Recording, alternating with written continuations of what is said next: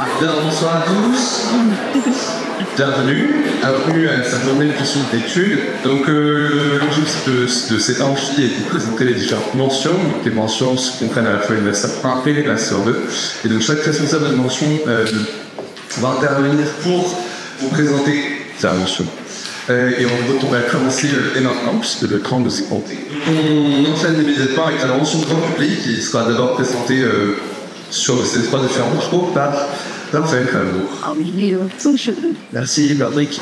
Mesdames, Messieurs, bonjour, bienvenue, merci et bravo d'être là. Donc moi je vais vous parler un petit peu de la mention droit public avant de vous parler du master en droit public, ce sont deux choses différentes. Je vous parle de la mention droit public parce que j'en suis le responsable et c'est utile de savoir à peu près ce que c'est qu'une mention. Une mention, c'est une entité qui regroupe plusieurs formations dans une même branche du droit. Et des mentions, des formations de niveau Master 1 et niveau Master 2. C'est une entité qui a une certaine cohérence, non seulement du point de vue parce qu'elle regroupe des formations qui relèvent du même champ de spécialité, mais aussi parce que cette entité est coordonnée par des instances qui réfléchissent à la manière dont il faut organiser la formation. Et puis, certains cours sont mutualisés. Les formations sont adossées également à des centres de recherche, qui sont même centres de recherche, qui permettent de donner une unité à cette ensemble.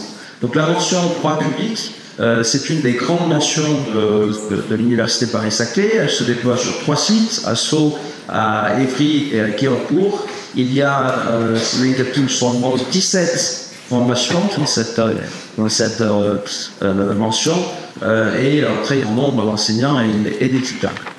Voilà pour la mention. Au sein de cette mention, il y a 17 formations, dont 6 Master 1 de droit public, et 11, bon, c'est 16 formations. Il y a 6 Master 1 de droit public et 10 Master 2 de droit public. Trois de ces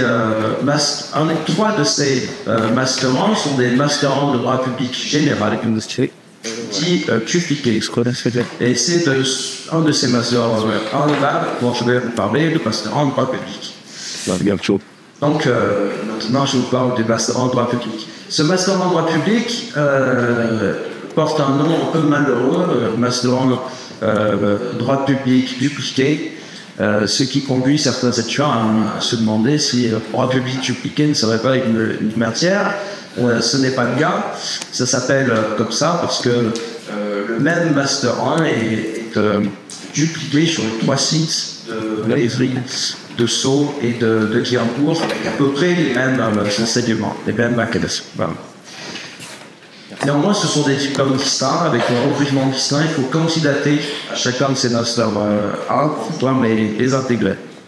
Moi, je suis responsable du Master 1 droit public de Sceaux et je vais donc essayer de vous convaincre de candidater dans ce Master 1. Pour ce faire, je vous dirais que c'est un Master 1 de droit public qui vise à former à la fois des juristes publicistes polyvalents et des juristes publicistes experts. Polyvalents d'abord parce que c'est une vocation à nous permettre d'approfondir vos connaissances en droit public de façon horizontale en vous permettant de découvrir de nouvelles matières. Vous avez déjà fait du droit public lors de votre licence et vous allez poursuivre cette découverte des matières de droit public avec des lieux comme droit de l'environnement, droit de l'urbanisme, gestion publique ou droit public économique par exemple. Il y a également des enseignements qui visent à vous permettre d'approfondir dans un sens plutôt vertical, pour une compétence de publiciste, c'est-à-dire à creuser des matières que vous avez déjà étudiées auparavant, avec comme cours contentieux, contentieux administratif, contentieux constitutionnel, théorie du droit, pour ceux qui ont fait de la philosophie du droit les années précédentes. Voilà, donc c'est un Master 1 qui forme des spécialistes, mais généralistes, des spécialistes généralistes qui ont vocation ensuite à venir alimenter les Master 2 de la mention droit public qui sont très nombreux. Et ça me permet de souligner un des atouts principaux de cette formation, outre qu'elle donne comme ça un socle de compétences large et précise. L'autre atout, c'est que ce master 1 il débouche sur un très grand nombre de master 2. Donc vous avez le choix, vraiment, de vos formes pour poursuivre vos études en droit public, soit en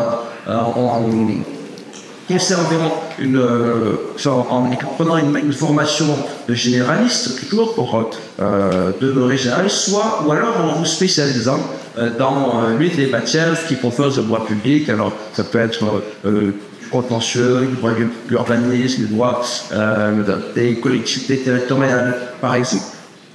Donc ça, c'est un atout non négligeable que toutes les universités ne peuvent pas offrir. Depuis un an, en public général, ne doivent pas offrir à leurs étudiants.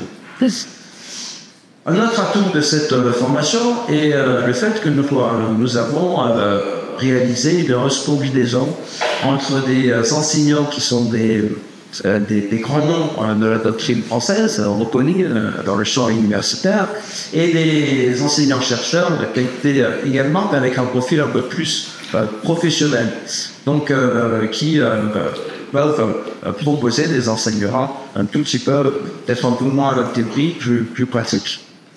Enfin, je vous recommande de songer à candidater à cette formation, parce qu'un Master 1, ce n'est pas que une série d'enseignements, c'est aussi un groupe social. C'est une promotion, ce sont des gens qui vivent ensemble. Et il se trouve que le Master 1 de droit public, depuis quelques années, connaît des promotions qui sont visantes, rayonnantes, pleines d'activités. Je vais vous citer quelques-unes des choses qui font le bien. Ils ont créé quelques-unes d'associations du Master 1, créé très actifs. Cette association, parmi cette association, ils ont organisé des conférences. Il y a 4 ou 5 conférences, un week-end d'intégration. Cette année, le week-end d'intégration a eu lieu le week-end dernier. Chaque année, nous organisons un gala. Sur lequel les étudiants dansent et quelques enseignants aussi faire basse. Et puis un pique-nique à la fin de l'année et d'autres réjouissances. Voilà, ça aussi c'est important parce qu'il faut prendre plaisir à faire ses études et c'est le cas en Master 1, je crois. Voilà. Dans cette mention du droit public, et parmi les Master 1 de droit public, il y a celui-là, ce Master 1 généraliste, qui donne accès au Master 2, à la plupart des Master 2 de la mention, mais qui ne donne pas accès à certains Master 2 qui relèvent de parcours particuliers. Il y a des parcours dits tubulaires, droit de l'environnement et droit du patrimoine culturel, c'est-à-dire qu'il faut encore intégrer le Master 1 pour pouvoir faire le Master 2. C'est le cas aussi des parcours type. Il s'agit dans la mention uniquement de droit immobilier public à Cléopo. C'est une très bonne formation aussi, qui est très bien dirigée, qu'il faut intégrer aussi au niveau Master 1. Voilà. Donc moi, je vous ai parlé du Master 1. Je vous encourage à aller au village des masters, discuter avec les étudiants de ce Master 1 et aussi les étudiants du Master 2 droit public pour chercher concours dont je suis le co-directeur avec Stéphane Duroy, qui pourront aussi vous parler de cette formation. Mais je vais laisser la place tout de suite à mes collègues responsables respectivement du Master 1 et du Master 2 droit de l'environnement et du Master 1 et du Master 2 droit du patrimoine culturel. Merci beaucoup pour votre attention et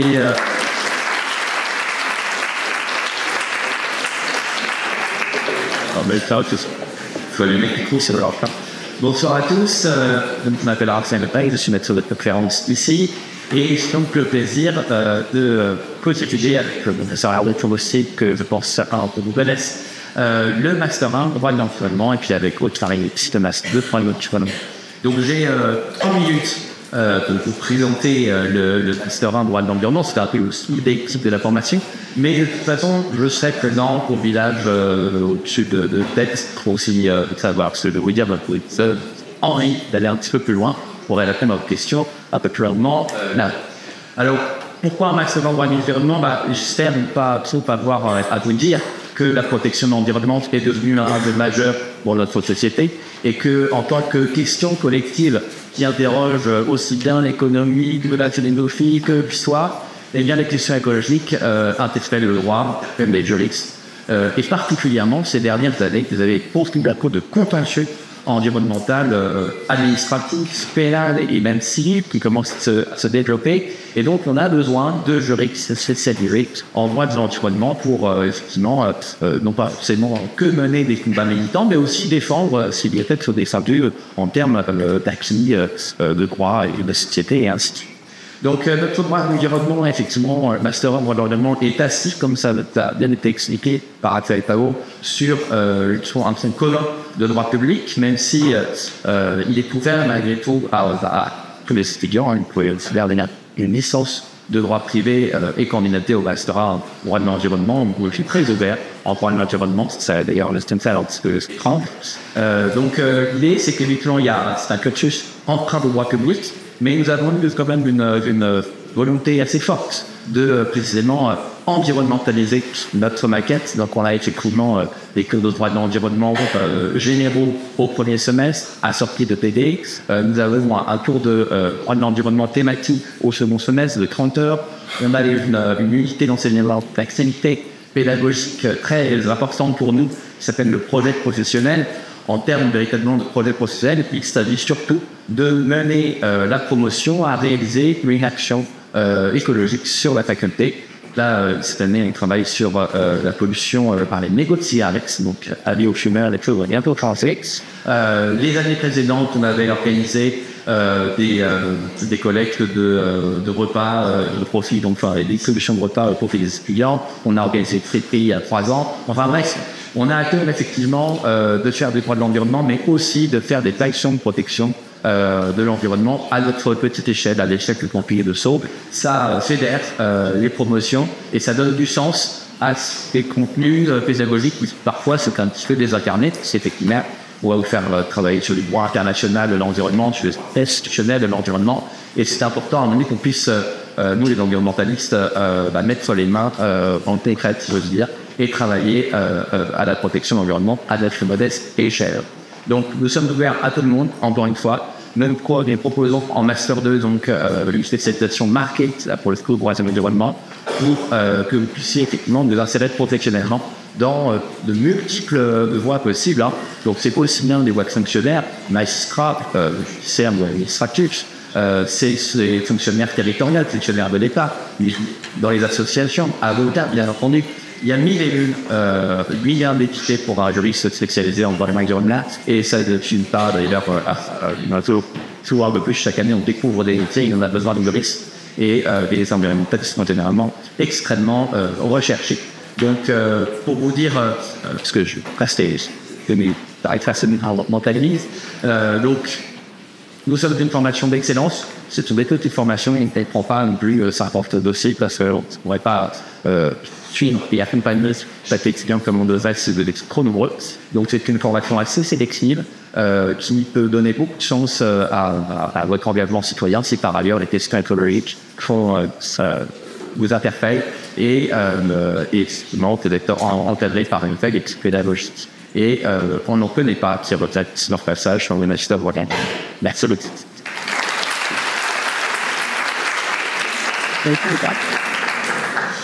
Bonsoir à toutes et à tous. Je suis Charles Beaufort, je suis professeur de droit privé. Je suis un petit peu une anomalie dans les mentions de droit public. En réalité, je peux dire avec Stéphane Duroy, professeur de droit public, de parcours de droit du patrimoine culturel. Il est un parcours un peu particulier, puisque justement, vous avez du droit public et du droit privé. Donc, si vous n'avez pas encore côté qu'on choisit pour son droit, n'hésitez pas. C'est un parcours où, en M1, vous allez faire justement des matières de droit public et de droit privé. On a présélectionné toutes les matières qui sont utiles, nécessaires à la poursuite d'un parcours et des publics professionnels dans le domaine du patrimoine culturel au sens large. Alors, première année, c'est un master classique. un mélange de matières. Vous trouverez toutes les informations sur les sites où il y a problème. Et en Master 2, on accepte, c'est vrai qu'on aime bien l'étude, mais on accepte aussi d'autres étudiants qui ont envie finalement de changer de voie parce que au cours du Master 1, ils sont peaufinés dans leur projet professionnel. Donc, ne vous empêchez pas, si vous êtes au tableau de travail, vous êtes envie de changer, on étudie tous les dossiers. Mais en M2, on a des matières aussi de droit public et de droit privé, des matières qui sont enseignées soit effectivement aussi par des universitaires, soit par des praticiens, et on a beaucoup de praticiens qui sont à nos côtés. Alors, il y a une grosse erreur, on n'est absolument pas agi sur les textes. On est en M1 complètement ISTO. Et en Master 2, on a des cours ISTO ici, mais aussi on nous emmène dans des sites patrimoniaux. C'est-à-dire qu'il y a un certain nombre de cours qui se passent sur des net qui vont en ligne, il y a des cours qui se font à la bibliothèque historique à l'arrière de Notre-Dame, avec une jolie forme pour un cours. Des cours de droit des archives se font aux archives nationales en pareil. Donc voilà, on essaie de sortir le plus possible. Et donc les cours se passent entre Paris et Sceaux. Pour cette deuxième année qui est extrêmement vivante. Alors, nous, en patrimoine culturel, pourquoi faire en général, on a des étudiants qui arrivent en tout fait commissaire Kisa. Il y a évidemment des cours liés au marché d'art, ce qui est une de mes spécialités, mais il y a aussi des cours très différents de droit des archives, de droit d'archéologie, de droit international, de droit européen, du patrimoine culturel, des monuments historiques. Également de l'urbanisme spécialisé sur le droit historique, des marchés publics spécialisés sur le droit historique, de la propriété intellectuelle, pour un programme extrêmement vaste, pour après faire différents métiers. Évidemment, le barreau, si vous l'avez envie, évidemment, le droit, les concours, les administratifs aussi, soit des concours au niveau national, soit éventuellement au niveau territorial, parce qu'il y a des DRAC dans tous les départements. Donc c'est extrêmement varié. Pour vous donner des exemples, on a des juristes dans des associations, alors que c'est pas bénévole, alors ils sont payés pour leur expertise, notamment en matière fiscale. On a aussi des juristes dans les musées, on a des responsables de mécénat, on a des commissaires priseurs, des avocats, des responsables aussi de domaines patrimoniaux. Donc voilà, c'est extrêmement varié. On peut faire énormément de choses au sortant de ce master avec une formation extrêmement solide, self-ouverte aussi. Donc n'hésitez pas, si vous avez un amour du patrimoine et que la France est extrêmement riche et s'intéresse beaucoup à ce patrimoine, n'hésitez pas à candidater. Il y a une association de master, Master 1, Master 2, qui est la fabrique juridique du patrimoine culturel, qui est faite par les étudiants, qui est sur les réseaux sociaux, c'est-à-dire que ça permet plus. Donc n'hésitez pas à les rencontrer, à les contacter, ils sont toujours très heureux quand on est en formation. Ils publient aussi des années d'articles sur ce qu'ils font, des colloques, des visites aussi, qui sont des visites techniques dans des vieux patrimoniaux. Une prochaine visite, c'est le musée Picasso avec une visite technique en marché public. Ça peut pas temporaire, et une visite de l'exposition sur l'art dégénéré qui est fait par un conservateur. Voilà donc le programme qui nous attend. J'espère que vous n'hésitez pas en tout cas à vous renseigner sur le marché et à candidater pour la suite. Merci beaucoup pour cette année bien respectée. On enchaîne avec la mention droit notarial. Donc, je suis Pierre-Félix, professeur de droit privé, et je dirige la mention droit notarial. Alors là, la mention droit notarial est très simple dans sa structure. Il y a un Master 1, un Master 2, un Master 1 droit notarial, un Master 2 droit notarial. Il n'y a pas le schéma que versifié que vous avez ici. Pour comprendre la mention droit notarial, peut-être faut dire un peu. Un nom, c'est comment on devient notaire, en fait. On devient notaire en obtenant un diplôme qui s'appelle le diplôme d'études supérieures du notariat, DESF. Alors, comment on obtient le DESF? On obtient ce diplôme d'études supérieures du notariat après avoir suivi 2 années d'études à l'Institut national des formations notariales, l'INSN, à Paris, pour 2 années d'études post-master 2 à l'INSN. Et puis, on remonte toujours un peu en amont, comment on intègre l'Institut national des formations notariales qui permet, après ces 2 années, d'obtenir le diplôme d'études supérieures des notariats. Pour intégrer l'INSN, il y a 2 voies. Il y a une voie dite professionnelle, c'est pas celle qui nous occupe. Aujourd'hui, la voie dite professionnelle, elle suppose d'obtenir un master de n'importe lequel, un master de droit, et d'être sélectionné par une commission nationale, de passer devant d'abord une sélection de dossier, puis après sélection de dossier, passer devant la jury, et d'être sélectionné, et au titre d'expert de cette sélection, l'expérience professionnelle pour les notariales compte quand même pour. Donc ça, c'est la voie un peu professionnelle, c'est pas que par le voie professionnelle, ça peut quand même indiquer une discipline de manière un peu de longue pour pouvoir que son dossier soit retenu à l'issue de cette fois. Et puis, il y a une seconde voie pour intégrer l'INSN, qui est la voie dite universitaire. Et la voie dite universitaire, elle suppose d'obtenir un master de droit notarial conventionné avec l'INSN. Et pour obtenir le diplôme de master 2 d'un M2 carré, passer une convention avec l'INSN, et dès lors que le master 2 a passé une convention avec l'INSN, tout titulaire d'un master 2 entre 2 droits avec l'INSN sans passer par la commission nationale. Le master de Paris Saclay est un master, parmi les masters de droit notarial, qui est conventionné avec l'INFN. Ça veut dire que si vous intégrez le M1 droit notarial, vous intégrerez le M2 droit notarial, et dès lors que vous validez votre M2, et clairement, ça vous obtenir ce master de mars. Et dès lors que vous obtenez le master 2, vous êtes de droit pris à l'Institut national des formations notariales, qui suit les 2 années supplémentaires. C'est à la fois en études et en formation pour obtenir le diplôme de. Alors, la spécificité, donc le master droit notarial sur Paris Saclay, parce qu'il y a un seul parcours, M1 et M2, tout se fait à Sceaux. La spécificité de ce master droit notarial par rapport aux autres masters qui peuvent exister dans d'autres universités, c'est qu'il a une vraie orientation internationale. Donc il y a beaucoup de droit international privé, il y a un stage à l'étranger en master 2, il y a plus d'enseignement de langue que dans tous les masters de droit notarial. Mais il y en a plus ici que dans d'autres masters de droit notarial. Donc il y a une vraie ouverture à l'international que vous retrouvez moins dans d'autres masters de droit notarial que vous pouvez voir dans les autres universités. Pour avoir un peu cette appétence pour les questions internationales, si vous engagez. Après, juste pour conclure, l'essentiel des matières notariales, en fait, vous ne les avez pas vu en F3. L'essentiel des matières notariales, c'est des récits matrimoniaux, c'est des successions, c'est des spéciaux, c'est des sûretés. Bref, pour l'essentiel des matières notariales, les matières un peu notariales, vous les voyez en M1. Donc, moi, la seule chose, c'est que si vous sentez que vous avez une espèce de petite appétence pour le notariat, mais que c'est pas trop ce que c'est, je peux que vous inviter à ouvrir votre propre étude, essayer de faire un stage ou autre. En général, les études à Californie, c'est les étudiants, ils sont plutôt ouverts. Allez à la rencontre un peu des notaires pour voir c'est quoi leur métier, voir si vous auriez un peu une appétence. C'est vrai que vous êtes pour les 3, ça n'est pas touché les matières que sur le cœur de l'activité notariale. Donc n'hésitez pas à aller ouvrir les cours d'une étude, et puis si ça vous intéresse, à découvrir un dossier. Voilà, si vous avez des questions, je vais être un peu là sur le village. C'est néerlandais, donc c'est juste plus bassiste. Voilà. Bon, merci beaucoup de votre attention. Merci beaucoup. Ça arrive un peu tard, il n'était pas fait. Oui, Donc on enchaîne avec Pauline Léger qui va nous présenter la mention droit de propriété intellectuelle du numérique et de l'espace. Alors, bonjour à tous. Ouais.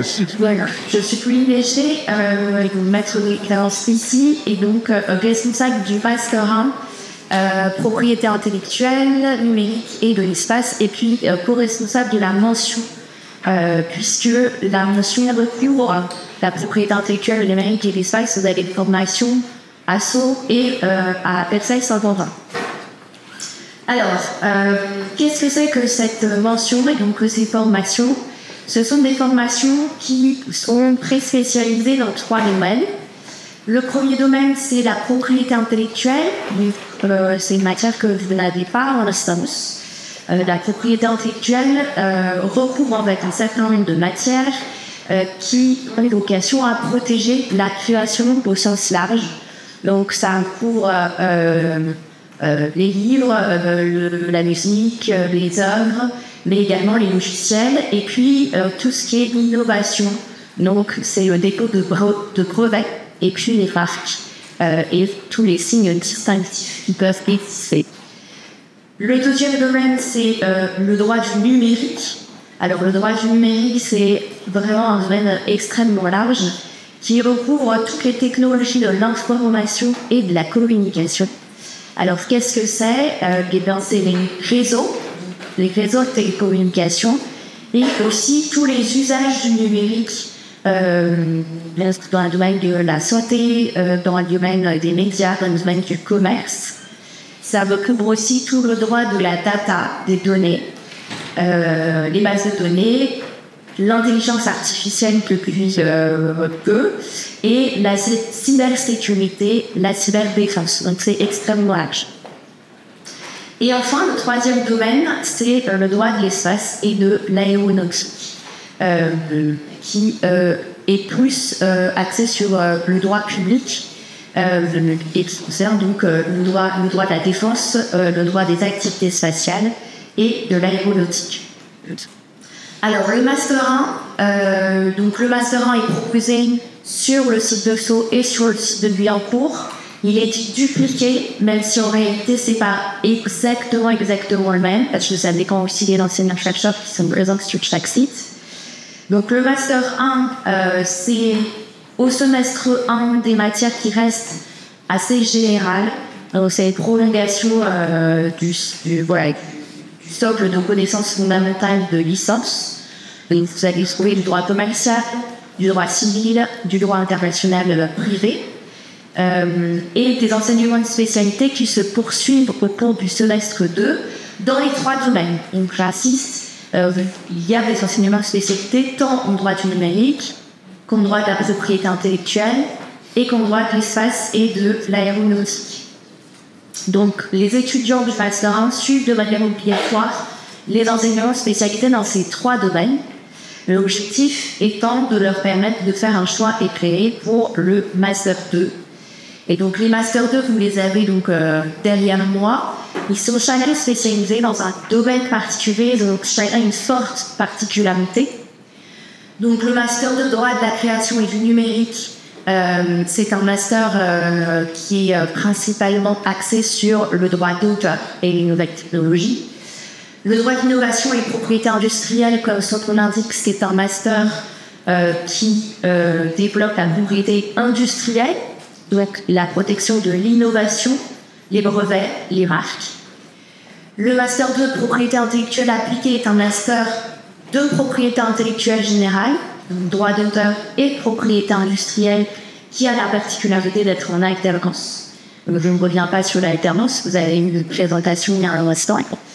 Le Master 2 LLM, propriété intellectuelle fondamentale et technologie numérique, a donc cette particularité d'être un Master LLM, donc premier semestre ici à Sceaux, et second semestre soit au Québec, soit en Espagne. Et donc là encore, propriété intellectuelle générale, c'est-à-dire droit d'auteur et propriété industrielle. Le Master 2 propriété intellectuelle et droit des affaires numériques est situé à Versailles-Saint-Quentin. Donc, comme son nom l'indique, il est orienté propriété intellectuelle et droit des affaires. Et enfin, le Master 2 droit des activités spéciales des télécommunications en alternance, donc, et en formation continue à Sceaux. Donc, un choix quand même assez varié de Master 2 avec chacun une particularité assez forte. Alors, pour quel débouché? Donc, nos étudiants sont beaucoup entre eux avocats, juristes ou conseils spécialisés dans ces matières. Ils sont aussi chargés d'affaires en valorisation de l'innovation dans les établissements publics ou privés et chargés d'affaires publiques ou réglementaires, comme par exemple délégués à la protection des données dans les entreprises. Et pour terminer, les métiers, où est-ce qu'on retrouve nos anciens étudiants? Dans les métiers de la presse, des médias, dans la production audiovisuelle et musicale, dans le domaine du logiciel et des jeux vidéo, dans le domaine de la diffusion de contenu, donc dans des services juridiques, des télévisions, des radios, des plateformes de distribution numérique, des moteurs de recherche, dans tous les métiers de juriste de Legal Tech, chez les développeurs et diffuseurs d'intelligence artificielle, dans le domaine de l'aéronautique, de la cybersécurité, de l'industrie et du luxe. Donc, vous voyez, c'est voilà, des aspects qui sont extrêmement différents. Si vous voulez en savoir plus, je serai maintenant sur le stand. Donc, entre 18h et 19h, il y a déjà des étudiants de Master 1 et Master 2 qui sont prévus. Et j'organiserai un webinaire en ligne qui sera plus développé au cours du mois de février. Et l'information sera donnée sur les réseaux sociaux et sur la page dédiée à la mention donc la page de l'Université Paris-Saclay dédiée à la mention. Voilà. Et donc, nos réseaux sociaux, c'est principalement le collectif propriété intellectuelle et numérique, donc les étudiants de N1, et l'Empile, l'association des masters du propriété intellectuelle, donc de site de sous. Eh bien, il ne me reste plus qu'à vous souhaiter de faire de bons choix sur vos masters et de votre chaise.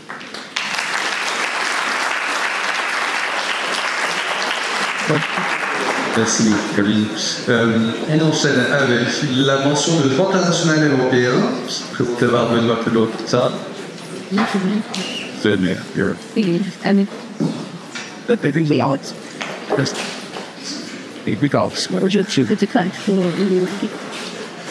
Bien, vous serez une soirée un tout. Ça doit être quelques minutes la notion de droit international et européen. Je vais m'appuyer sur le tableau qui est ici, que vous avez constaté, ça va parfois plus le parcours du combattant. Ici, on opère le Master 1 droit international européen, parcours général. C'est celui que je présente avec le plaisir, avec Karine Zayn, que je ne parlerai pas du Master 1 droit international européen, parcours affaires internationales européennes, qui est situé à UBS. Donc, on va se concentrer sur la première partie du tableau. Master 1 droit international européen, parcours général. C'est une formation qui a vocation à offrir où les enseignements théoriques et pratiques ont embrassé une carrière du droit international européen, personne pas dit et qui va vous donner accès à 5 Master 2, j'en dirai un mot dans quelques instants. C'est une formation qui s'adresse tout aussi bien aux publicistes qu'aux privatistes. On voit très bien en droit international européen la dichotomie droit public, droit privé n'est pas toujours très claire.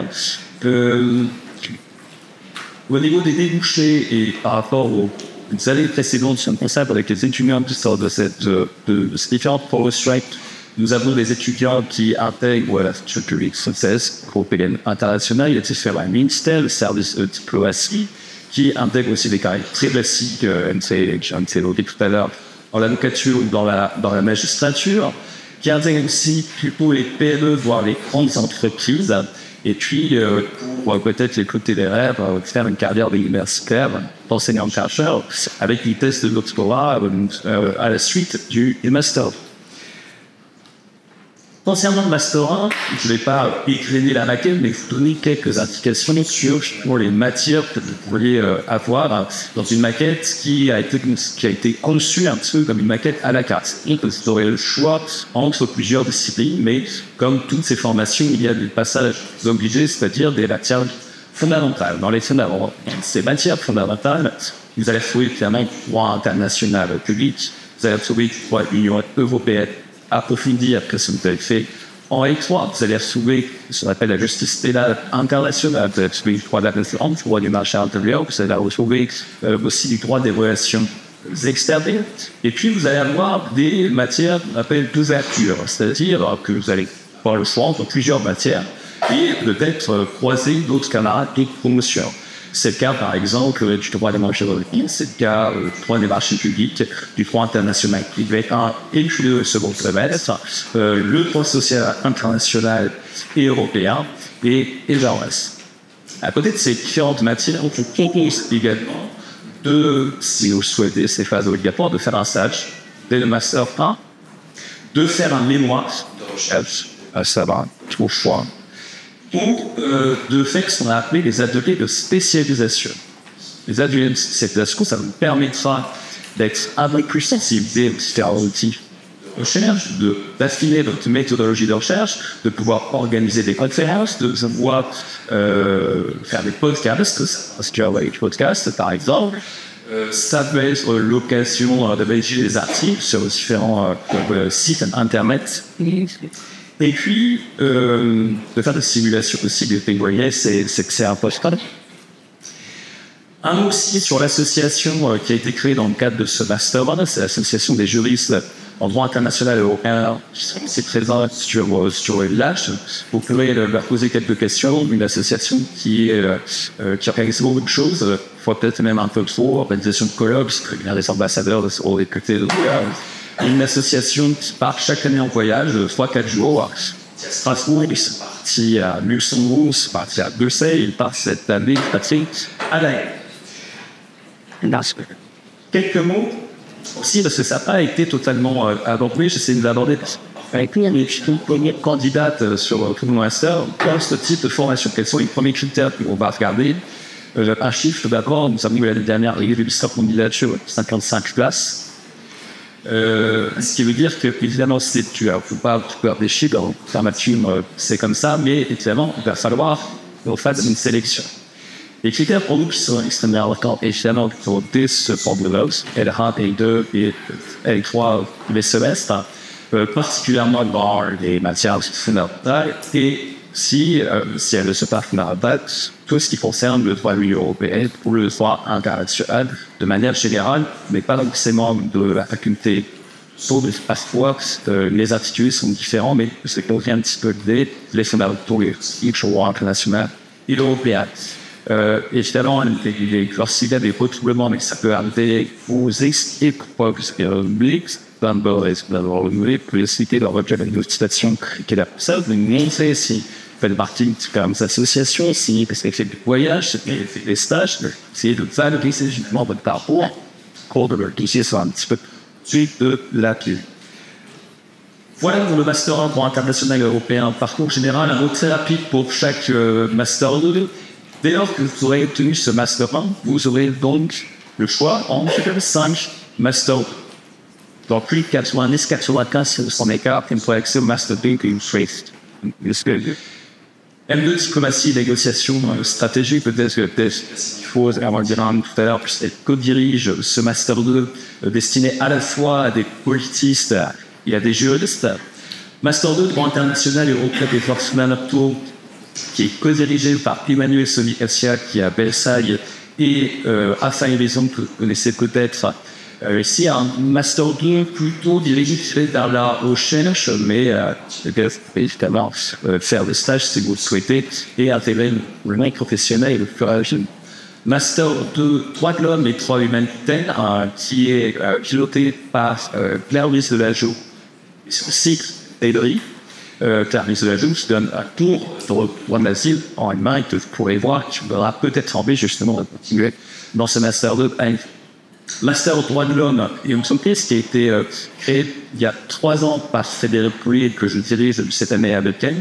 Droit de l'homme et entreprise, donc, qui touche à la fois les questions d'actualité en matière de droit de l'homme, et très large. C'est de compliance, question de droit de vigilance, notamment, qui est tourné tout autant sur la recherche, trois thèses avec un service avant, à partir de ce M2 droit de l'homme et entreprise, mais qui est aussi très ouvert sur les M2 professionnels et les professionnels qui font différents. Et enfin, le M2 entreprise et droit de l'Union européenne, qui est co-dirigé par Jean-Marc Péricade et Jean-Michel Collier, qui sont universitaires, qui sont avocats.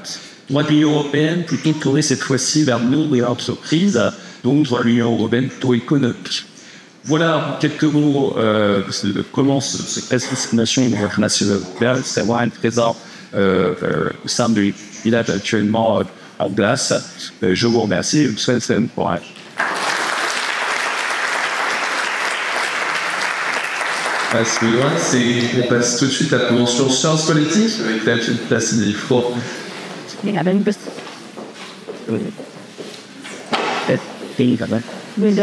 Oui, bien sûr. C'est la bonne chose. Bonjour à toutes et à tous. Donc je suis Delphine Tassimifo, je suis professeure de sciences politiques à la faculté et je vais vous présenter rapidement la notion sciences politiques que je co-dirige avec Marie Descentes de Feuille, qui est professeure à Versailles. Alors, la mention de sciences politiques va évoluer dans la prochaine accréditation. Donc voilà l'état actuel de la mention. Je vous donnerai peut-être un petit point d'actualisation et vous aurez ça sur les sites dès que les nouvelles maquettes seront accréditées.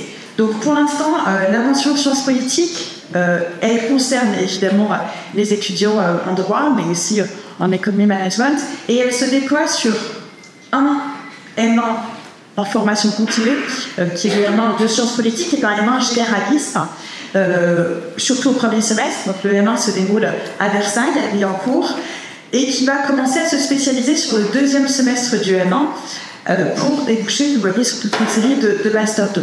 Vous avez également un parcours uniquement en apprentissage qui est plus spécialisé dès le M1 et qui débouche sur le M2 en politique de communication, influence, affaires publiques. Mais celui-là, il est vraiment réservé aux étudiants en apprentissage. Donc, la science politique, le M1 se déroule sur le site de Billancourt et débouche ensuite sur toute une série de M2, dont 2 sont l'assaut. Donc je vais peut-être vous en parler un peu plus précisément puisque je les co-dirige avec 2 de mes collègues. Le master diplomatie négociation stratégique, donc que Benoît vient d'évoquer, et qui est un master qui est vraiment bidisciplinaire puisqu'il est accessible aux étudiants qui viennent du M1 de sciences politiques et aux étudiants qui viennent du M1 droit international et européen à Sud. Donc ça vous permet de rester à Sceaux par le droit international, mais vous serez avec les étudiants en sciences politiques. Vous avez ensuite un autre Master 2 qui est à Sceaux et qui lui est pluridisciplinaire puisqu'il est accessible aux étudiants de M1 sciences politiques et également aux étudiants du parcours études du développement environnemental qui est à Sceaux et donc qui relève de l'économie et du développement. C'est le Master en gouvernance de projet de développement durable au Sud, donc GPDS, et sur la phase énigme. Ensuite, vous avez d'autres masters qui sont présents dans la nation. Un master, alors c'est marqué pas les autres, en réalité c'est AgroParisTech, qui est le master en gouvernance de la transition écologie et société. Dans la prochaine accréditation, ce master 2 est rattaché à un master 1 qui se déroule déjà à AgroParisTech, mais qui est réservé aux étudiants d'AgroParisTech. En revanche, le master 2 est ouvert à l'ensemble des étudiants de la mention sciences politiques. Vous avez ensuite des masters qui sont les 4 autres masters en métier de politique de l'action publique territoriale, politique de coopération internationale, influence interpublique et prévention et sécurité. Ce sont des masters qui se déroulent à l'IEP de Saint-Germain-en-Laye, puisque la particularité de la science politique, c'est qu'elle se déploie au niveau master, à la fois à l'Université de Versailles et à l'IEP de Saint-Germain-en-Laye. Alors l'IEP de Saint-Germain-en-Laye, vous pouvez y accéder par concours, comme dans tous les IEP à partir de la 4e année. Et puis, vous pouvez également entrer par la voie des Master 2, donc en étant sélectionné en tant qu'étudiant parmi CELPE au niveau des Master 2. Donc, dans ce cas-là, vous n'avez pas un diplôme de l'IEP, mais vous avez un Master 2 de l'Université Paris-CELPE. Et donc, vous voyez, vous avez des Master 2 en politique de coopération internationale, politique de prévention et de sécurité, donc ça, c'est plutôt les métiers de l'action et de la défense, et puis davantage en politique d'action publique territoriale, tout ce qui est aussi pour passer les concours ensuite d'administrateur territorial. Voilà, donc sur les Master 2, en résumé, un Master qui est vraiment bidisciplinaire, sciences politiques et droit international public, et le Master diplomatie, négociation stratégique, et puis un Master ASSO qui est plus en lien avec l'économie internationale, le développement et l'écologie, et le Master sur le développement durable au Sud. Voilà. Je dois aller présenter la mention auprès des économistes et développement, mais je vais ensuite passer là où si vous avez des questions, n'hésitez pas à me les poser, et on organisera un webinaire pour être supprimé aussi en ligne pour présenter plus précisément les masters.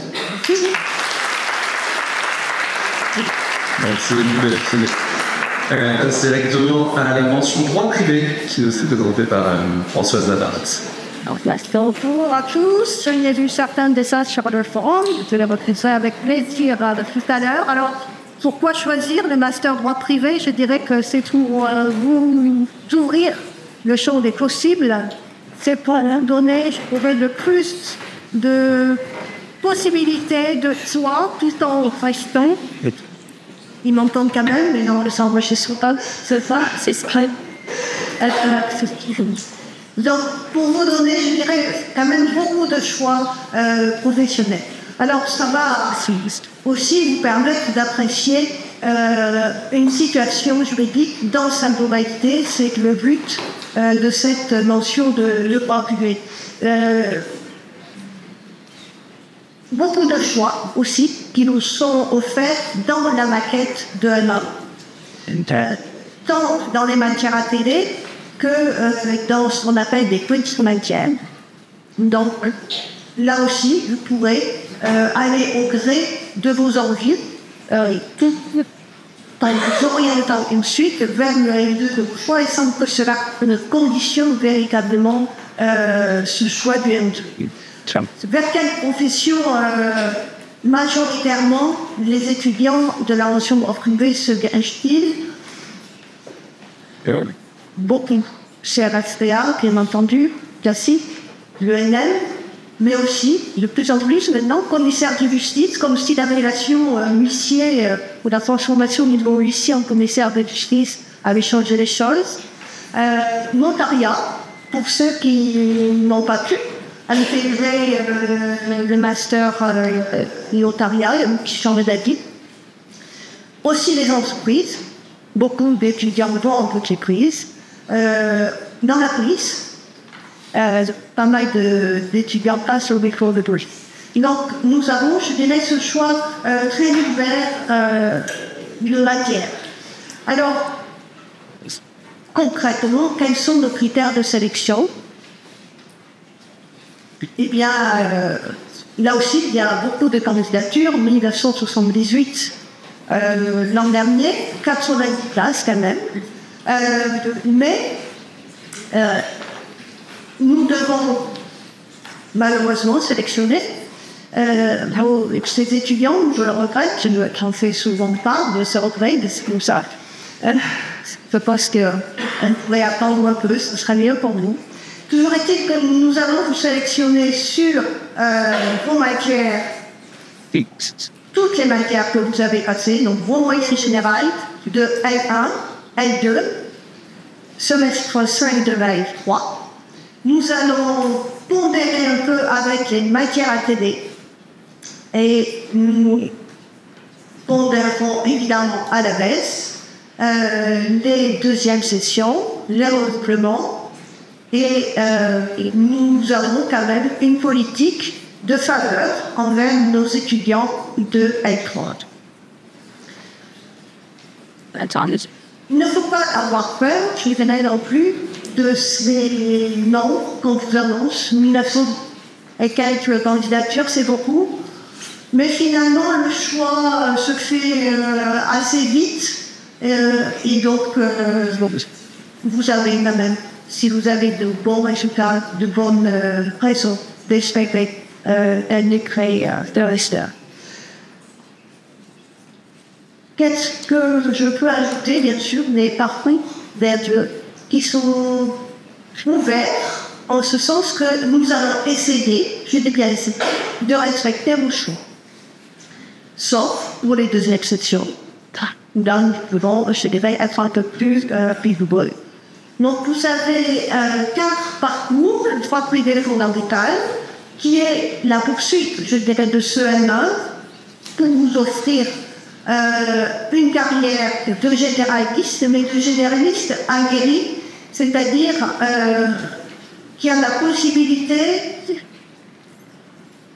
de traiter une affaire dans sa globalité, y compris s'il ne connaît pas vraiment la matière, parce qu'il aura appris des bases de raisonnement qui existent dans toutes ces matières qu'il va pouvoir traverser dans le M2. Droit pénal fondamental et pratique du droit pénal, qui là va être axé évidemment que sur le pénal, la procédure pénale, avec des praticiens et des enseignants-chercheurs.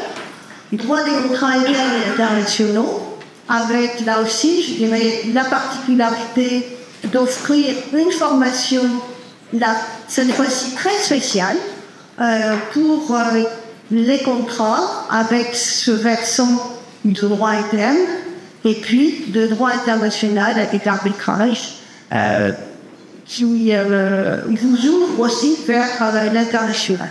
Et enfin, profession judiciaire, qui est un master plus tourné vers la procédure civile, avec un territoire des contrats aussi. Ce choix, je vous le dis, vous est ouvert. Ça n'empêche pas de candidater, je dirais aussi, si vous venez d'autres masters et que tout d'un coup vous avez des regrets, il y a des passerelles qui sont toujours offertes. Ne craignez pas non plus de vous enfermer dans un master 1. Si vous avez d'autres sujets de choix qui viennent, il y a quand même d'autres possibilités. Je répondrai évidemment à vos questions aussi sur le forum, pour ceux que je n'ai pas eu le plaisir de vous faire. Mais je vous souhaite, voilà, de bien finir votre année et à bientôt.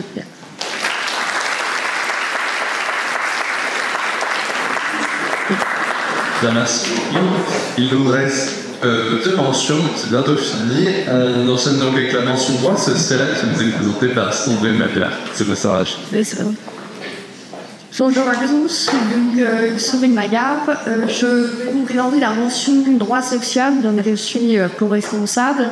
Donc la mention droit social, comme ce nous permet de vous spécialiser en 2 années en droit social. Le droit social, c'est le droit du travail. C'est-à-dire l'ensemble des règles qui régissent le contrat de travail, du recrutement en passant par les débuts du contrat de travail, pour aller jusqu'à la rupture, le licenciement, mais aussi tout ce qui est relations collectives, donc tout ce qui est à la grève, par exemple, ou délégué Southport, et j'en passe. Donc le droit du travail et aussi le droit de la protection sociale, et particulièrement le droit de la sécurité sociale. Donc c'est tout ça, le droit social. Cette mention droit social, donc, elle a permis comme spécialisée de devenir des experts en droit social. Cette mention, elle se déroule sur 2 sites. En tout cas, il y a des parcours qui sont dispersés sur les 2 sites. En ce qui concerne le site de Sceaux, donc il y a un paiement A1 d'information initiale.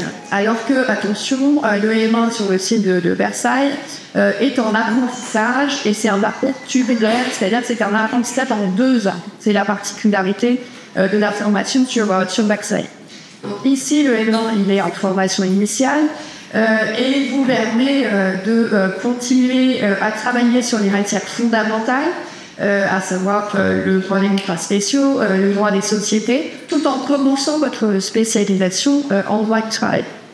Et donc, pour ce qui concerne cette pré-spécialisation en droit du travail, vous avez évidemment du droit du travail, dans la continuité du L3, puisque ici, dans l'expérience ici, donc, il y a des relations de travail en L3.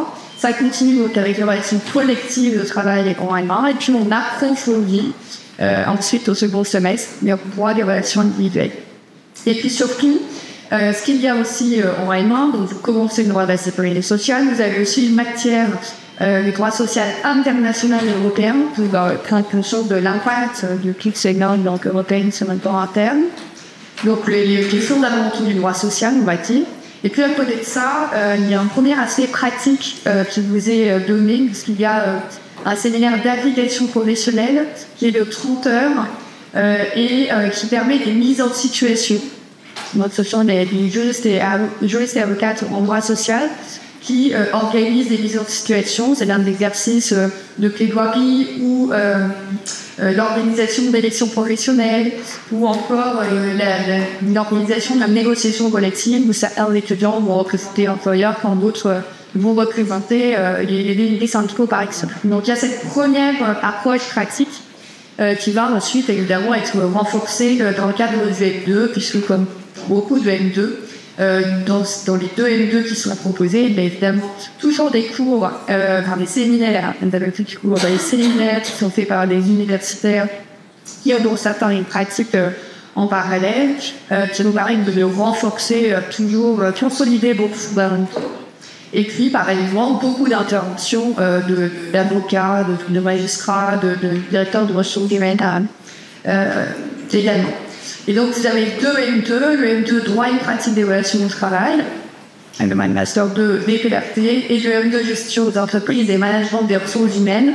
Donc ce M2 il est rattaché à la fois à la mention droit des affaires et à la mention droit social. Sa particularité c'est de faire un pont entre le droit et la gestion, d'une sorte de double compétence entre le droit et la gestion. Alors que sur le M2 DPRT, on est sur le pur droit social, droit du travail et de la protection sociale. Qu'est-ce que je peux vous dire d'autre? Quels débouchés? Bon, évidemment, énormément de débouchés. C'est-à-dire qu'il n'y a pas de problème d'insertion professionnelle de nos étudiants qui sortent du M2. Tous ont au moins un poste, d'autant que le M2, en tout cas le M2 DPRT, se termine par un stage qui peut être jusqu'à 6 mois. Donc déjà une vraie expérience qui se construit à travers ce stage de 6 mois. Et donc différents métiers, donc évidemment juriste en droit social en entreprise, dans un service de ressources humaines, mais aussi dans des associations ou dans des syndicats de salariés ou de groupements paxodo, et également évidemment des futurs avocats spécialisés en droit social. Donc vraiment pas de problème de débouché en ce qui concerne cette mention des arguments citadins. En ce qui concerne la sélection OMA, effectivement, beaucoup de candidatures aussi, et comme ma collègue Françoise Zarat, je reste assez optimiste, on annonce des gros chiffres, finalement, des étudiants candidatent dans beaucoup de masters, donc finalement, ça descend dans la liste au fil du temps, puisque les étudiants ont postulé dans beaucoup de M2, et une fois que les étudiants auront choisi son M2, ça va faire des gradings. Et c'est bien un avantage de la nouvelle plateforme Center Service. Donc les critères, je pense un peu, il y a même quelques mes collègues, c'est-à-dire effectivement d'abord les notes, la moyenne générale sur la 1 et 2 et 3, mais plus particulièrement ce qui me concerne, les notes de L2 et plus particulièrement les notes des grosses matières au droit privé, c'est-à-dire droit à l'examination, droit de la responsabilité civile, et la lettre de motivation qui est particulièrement importante. Sinon, il faut travailler, sérieusement sa lettre de motivation, la personnaliser, la individualiser, pas envoyer un copier-coller d'une lettre faite pour un autre master sans changer le nom du master, ça passe mal quand ça arrive souvent. Et il faut se relire et faire relire sa lettre aussi pour éviter tout ce qui est fondamental ou non fatigable. Donc ce sont les deux éléments importants, les notes et la lettre de motivation. Et voilà. Donc en tout cas, je sais que du bon courage, du bon choix. Et merci. Merci. Avec moi, je vais me présenter, je suis Arnaud Soumouze, je suis pistomage. Bonsoir à tous. Le plus général, je suis de faire et je vais citer brièvement sur ma chaîne. La mention droit des affaires, en commençant par le mastermind, il nous attend exactement d'abord un approfondissement des matières fondamentales du droit des affaires, droit spécial des sociétés, droit fiscal des affaires, droit de la distribution. Et en particulier au deuxième semestre de M1, une ouverture avec un certain nombre de matières à option pour aller sur nos activités vers le droit bancaire, le droit des marchés financiers, le droit de la concurrence. J'insiste sur un point à ce stade, c'est l'importance de l'anglais, puisque l'objectif de la formation, c'est de vous offrir les compétences nécessaires pour apprendre les enjeux de la vie des affaires, et donc l'ouverture à l'international est particulièrement importante. Un certain nombre de cours sont dispensés en anglais, notamment dans le premier semestre de l'histoire, il y a peut-être d'anglais des affaires. Et puis on a un Master 2 pour la plupart des formations. Précisément sur ces Master 2, d'un mot encore, pour ce qui concerne les formations dispensées à SO, vous avez tout d'abord le M2 Business, Tax and Financial Market Law. C'est un peu la formation la plus généraliste de la mention, qui a vocation à former de futurs avocats de droit des affaires, aussi bien français qu'international. Mais aussi, parce que Limiter des juristes d'entreprise susceptibles d'intégrer direction juridique de certaines entreprises, là encore, à l'échelle française, internationale. On a ensuite le droit des affaires internationales. Alors là, ceux qui veulent plutôt s'orienter vers les problématiques de droit du commerce international ou d'arbitrage international. C'est un peu plus spécialisé. Le droit entrepreneurial et digital, il est un peu particulier. Il est destiné à vous donner les compétences nécessaires pour créer ou pour accompagner la création de start-up, en particulier dans l'univers digital. Donc, soit pour les entrepreneurs, même soit pour les adultes qui accompagneront les entrepreneurs dans leur démarche juridique. Toujours sur le site de SO, le master de gestion des entreprises et management des ressources humaines, la crypto, vocation à former des juristes destinés à intégrer les services de ressources humaines des entreprises. Vous l'aurez compris, les débouchés de cette mention sont extrêmement variés. Un grand nombre d'étudiants passent le CRFR, deviennent avocats, mais un certain nombre d'entre eux deviennent juristes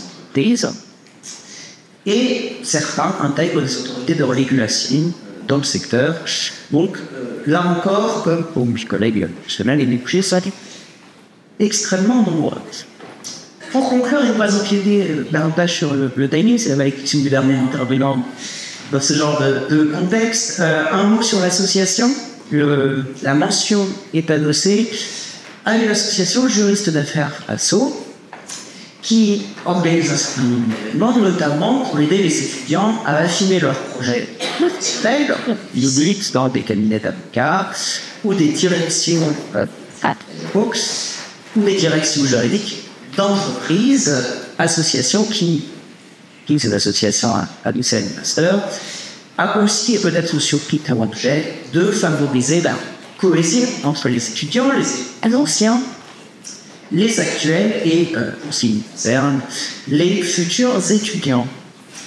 Voilà, si vous avez des questions supplémentaires, je vous invite à rejoindre le forum qui se tient juste au-dessus de panneau et je